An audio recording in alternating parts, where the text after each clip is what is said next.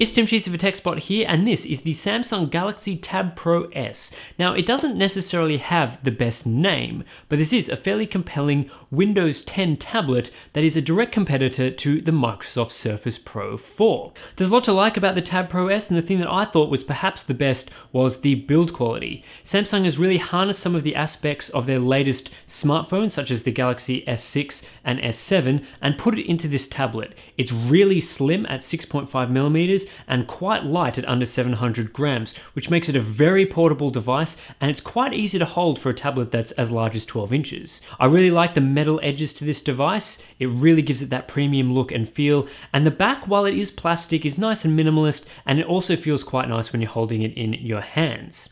The front panel, of course, is made of some nice smooth glass there, protecting that AMOLED display, and the bezels are an adequate size for usage. Around this device, you'll find a power button on the top edge as well as a volume rocker, and there's a physical home button on the left edge. There are stereo speakers on this device that fire to either side, and they're comparable in quality to a decent smartphone, so they're not great, but they're loud enough for general use. There are two ports on this device, USB-C and a 3.5mm headphone jack. I like the inclusion of USB-C because it's both reversible and quite versatile. You can charge this device using the connector. You can charge other devices if you have appropriate hardware and cables.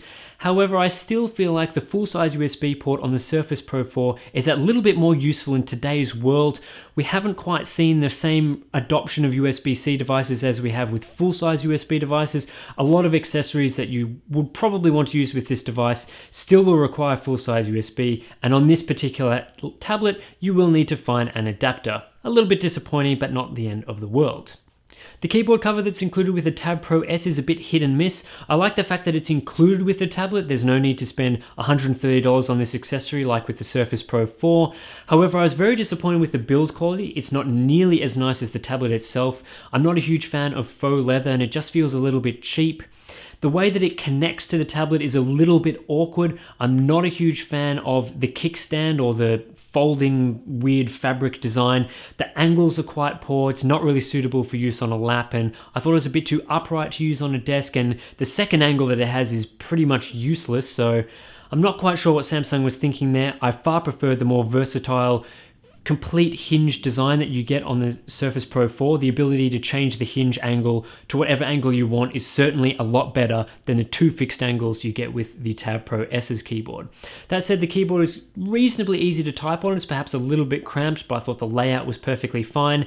And the trackpad, again, a little bit cramped, but it worked reasonably responsively throughout my time with the device. The display included on the Tab Pro is AMOLED, so you're going to get deep blacks and a really fantastic contrast ratio as well as superb viewing angles. The display is also quite vibrant and oversaturated, which makes it not particularly accurate when you leave it on its default mode, but if you go into the display settings and change it to the basic mode, you will get a color accurate sRGB display, which could be useful for professionals who need color accurate work. The pixel density isn't quite as good as what you get from the Surface Pro 4, but I still thought this display looked sharp and easy to read in most circumstances. Inside this device is an Intel Core M processor. Now, there's been a lot of talk about how Intel's Core M silicon isn't as powerful as their Core i5 and Core i7 SKUs, and this is still the case with the Skylake-based Core M3 that you'll get in the TabPro S.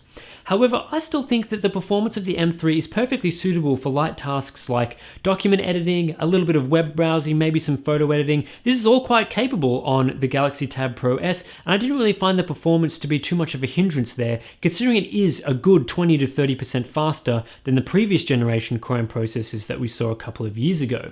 If you do need to do things like video editing, maybe some MATLAB simulations, you might want to get a more powerful device with Core i5 or Core i7, especially when it comes to video editing. A top-end Core i7 Skylake will give you maybe 50 or 60% better performance, but if you're just looking to do some light document editing, some light web browsing, Core M3 is perfectly fine, and it does provide a fanless design, which makes this tablet really sleek. At $900, the TabPro S is competing directly with the entry-level Surface Pro 4, which also comes with the Core M3 CPU, 128GB of storage, and 4GB of RAM. I tend to think the TabPro S is a better deal at this price, considering with the Surface Pro 4, you need to spend $130 extra to get the type cover, whereas with the Tab Pro, the keyboard cover is included. I still think that the Surface Pro 4 is a better device considering it has that much better hinge design, and the keyboard cover of this Galaxy Tab Pro, which is a crucial aspect of the device, is a letdown in most areas. However, that extra price differential at the entry-level model, well, it might swing it in favor of the Tab Pro S if you're on a budget. I also think the Surface Pro 4 offers a bit more flexibility for buyers who want something a bit more powerful. You can spend $300 or $400 more and get a Core i5 CPU, more RAM and more storage, which might be more applicable to your use cases, whereas Samsung doesn't offer any sort of upgrade pathways for the Tab Pro S, which is definitely a bit of a disappointment. So I would tend to recommend the Tab Pro to anyone who's on a budget and definitely has to spend exactly $900 or thereabouts, but I tend to think that Microsoft still has the better product in the Surface Pro 4 for people who have a little bit more money to spend. I hope you all enjoyed this review of the Samsung Galaxy Tab Pro S. You can buy this tablet now from your favorite retailers like Amazon. Don't forget to check out the full written review on TechSpot.com. We've got some deeper analysis and benchmarks in there. If you are interested in that sort of thing, subscribe to this YouTube channel. There's more video reviews coming in the future. Thanks everyone. This has been a TechSpot video review.